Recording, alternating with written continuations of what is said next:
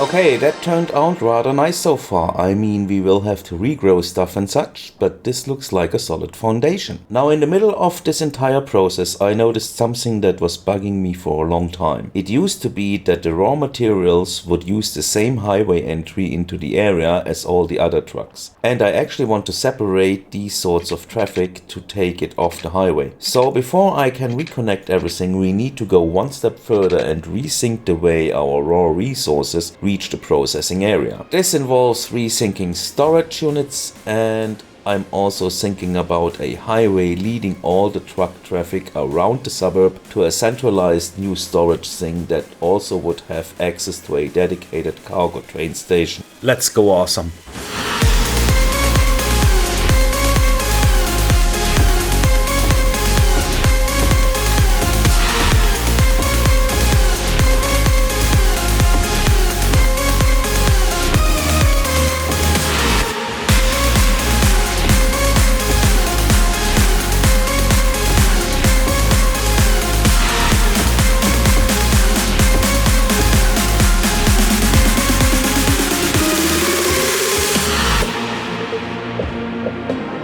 Actually, that is not gonna work. Let me show you what I had in mind and then we can discuss why. Could this work for a small city? Yeah, I mean, up to a certain point it may. But we want a city that is self-sufficient in the sense of no imports besides mail, and we already have 80k population to satisfy. That is a big difference to the approach of avoiding industry and rather building offices for jobs, as offices do not cause big traffic. I did formulate 3 rules when dealing with industry traffic in another episode. Let's have a look at them. These are my 3 rules for building a successful industry area. Since all trucks have to return to their originating facilities, create interlocked loops. Preferably split before you merge. Build the road network to support where everyone is going along the supply chain. The third rule should probably be the first. Build along the supply chain, meaning trucks from extraction are going to storage, trucks from storage are heading for processing then to warehouse to final assembly, and from there either into other warehouses or in Drakken's case on the rail towards the commercial zones, and from there then being sold to customers. Did we achieve that? Certainly. Rule number 2. Build in loops. This we do to ensure returning to the facility is as convenient as doing the delivery. A mistake lots of people do is not thinking about the trip back. Did we succeed? Well, I noticed a little oversight regarding the return trip here. We need to also connect this outbound track back to this point where they can spread out into all directions again to make sure this works flawlessly. Otherwise, we would force all the traffic to go through the industry area without them wanting to do anything in there. So we diverge the traffic that is coming from there and converge it with the traffic that comes from the industry area heading to this spot. Which brings us to the next concept, the split before you merge. Or I'd rather reformulate it to diverge before you converge. You may also know this as dedicated turning lanes, but this just broadened up into a principle, not restricted to junctions. I don't think we properly implemented that yet. And I'm not too fond of how this turned out either. Okay, before we get to the solution, I would like you guys to understand the underlying problem I created here, because this is a real chance to learn about City Skylines traffic routing. Don't bother treating it as a roundabout, for we need the throughput of a stack interchange. Yes, we were building loops, because the vehicles can take the same route they came from to return to their origin, so that's fine. But it's an inclusive loop, meaning regardless where you're coming from, you'll end up in the same spot. And let's not forget that a storage area is also the source of distribution loops into the processing area. And then there is also this rail station in there, which even attracts traffic from the industry area, making those take extra routes through regions they do not belong to get there. That is a load of traffic on a single spot. So, how to disentangle this? We diverge or separated traffic based on the resource type involved. This is the example road where we are going to put our storage. We are supposed to build along the supply chain, so where does traffic come from? From the extractors, from the processing area, and from the rail. And we are supposed to build loops, so they also need to get to those places. And then we need these 4 times, 1 for each resource. Now, while building all this, City Skylines did cast its magic on me and I went for a detailing spree. This continued until my computer notified me about the lack of hard drive space. So I decided, okay, let's just show them the before and after. So I did lots of beautifications, you know, added walkability, yada yada. You can get everywhere in the industry area by foot. Also turned all the roads here at the lower harbor side back to normal roads because they have bike lanes. Then I turned the warehouse district around, instead from there to there, going from there to there. Had to lengthen this inbound track here. Then also did a little trick here. So basically we diverge here from 1 lanes to 2 lanes and then into 3 lanes. And here I use the traffic manager I force those to switch lanes. When they have business here, they go on the outer lane and the middle lane can still pass through this area. In order for this to work, hey sweetie, in order for this to work, in order for this to work, I had to turn this road into a priority road leading up to this point. Also widened those nodes with node controller. Let's say one of those special warehouses for the unique factories had to make a delivery over here. Now it wants to return there, right? So they go down here, also priority road over here. They go past this exit, get back here into the tunnel. This tunnel then leads, who would have guessed it, all the way up here. Yeah, this is, you know, it normally fixes itself after a few minutes. Oh, 83%. It goes up to 85 meanwhile again. So comes out over there, takes this outer thing here, goes here and is back in its warehouse district. Added a little fire station, replaced our big hospital with a small clinic, also added some desk care in here because that was lacking in this area. Now, since those are the special warehouses for the unique factories, I made the lane come in from the left because pretty much all the unique factories are on the left lane here, there and up there. That's pretty much all the left side. So a big chunk of the traffic coming through here is going to take the left. A big chunk of the traffic coming through the tunnel here takes the right lane. So they pretty much do not interfere too much with each other. So let's have a look at the storage area.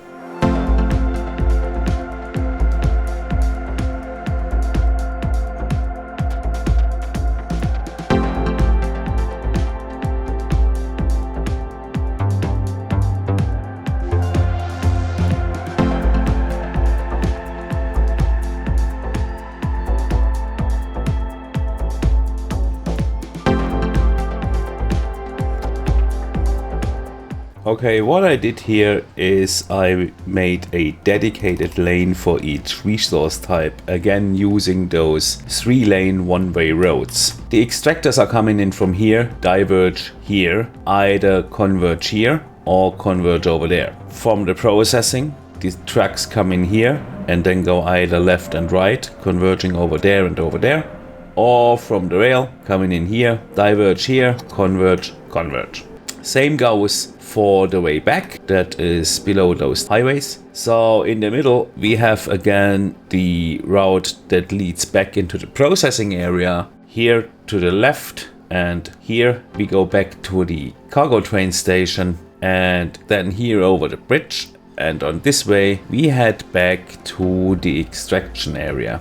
I also, you know, walkability, yada yada, put a subway station here, clinic, and left some space for other service buildings if they should be required. The rail station now has basically 2 entries and 2 exit points. One entry is from our, you know, storage area, and the other comes from the outbound highway that is heading to the highway, just, you know, tunnels down there, and returns over here into there, and then is coming out at this spot where all the trucks pretty much again have all the options to go wherever they want.